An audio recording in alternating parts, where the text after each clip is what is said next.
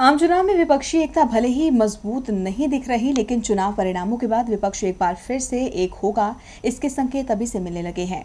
दिल्ली के तालकटोरा स्टेडियम में जन सरोकार सम्मेलन हुआ। इसका आयोजन समृद्ध भारत संस्था ने किया था, जिसमें विपक्षी पार्टियों के नेता जुटे।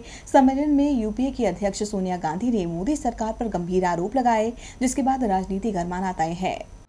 दिल्ली में विपक्षी नेताओं का मंच एक बार फिर सजा। आम चुनाव के शोर के बीच देश के 200 एनजीओ ने जन सरोकार सम्मेलन बुलाया। मंच गैर राजनीतिक था, लेकिन जब माहौल चुनाव का है तो राजनीतिक हमले होने ही थे।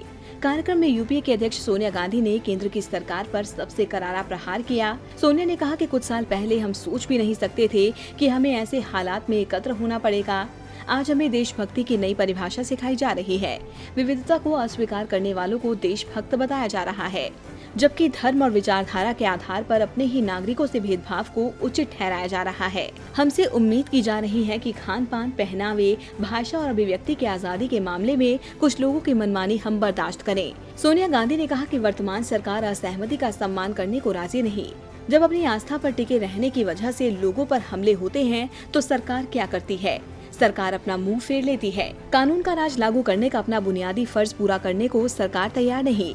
उन्होंने कहा कि पिछले कुछ समय से हमारे देश की मूल आत्मा को एक सोची समझी साजिश करके जिस तरह से कुचला जा रहा है, ये हम सभी के लिए बेहद चिंता की बात है। जिन संस्थाओं ने हमें बुलंदियों तक पहुंचाया, उन सभी को करीब करीब खत्म कर दिया गया। 65 साल में बड़ी मेहनत से तैयार जन कल्याण के बुनियादी ढांचे और समावेशी ताने बाने को खत्म करने में इस सरकार ने कोई कोर कसर नहीं छोड़ी। कांग्रेस के घोषणा पत्र को आम आदमी का घोषणा पत्र बताते हुए यूपीए अध्यक्ष ने कहा कि कांग्रेस ने जो वादे जनता से किए हैं, वो सभी वादे पूरे किए जाएंगे। हम भारत को ऐसा देश बनाएंगे जहां सरकार जो कहती है उसे पूरा करती है। सरकार के शब्दों और कर्मों में फर्क नहीं होना चाहिए। हमने पहले भी यह करके दिखाया है और आगे भी करके दिखाएंगे। डीबी लाइव की रिपोर्ट।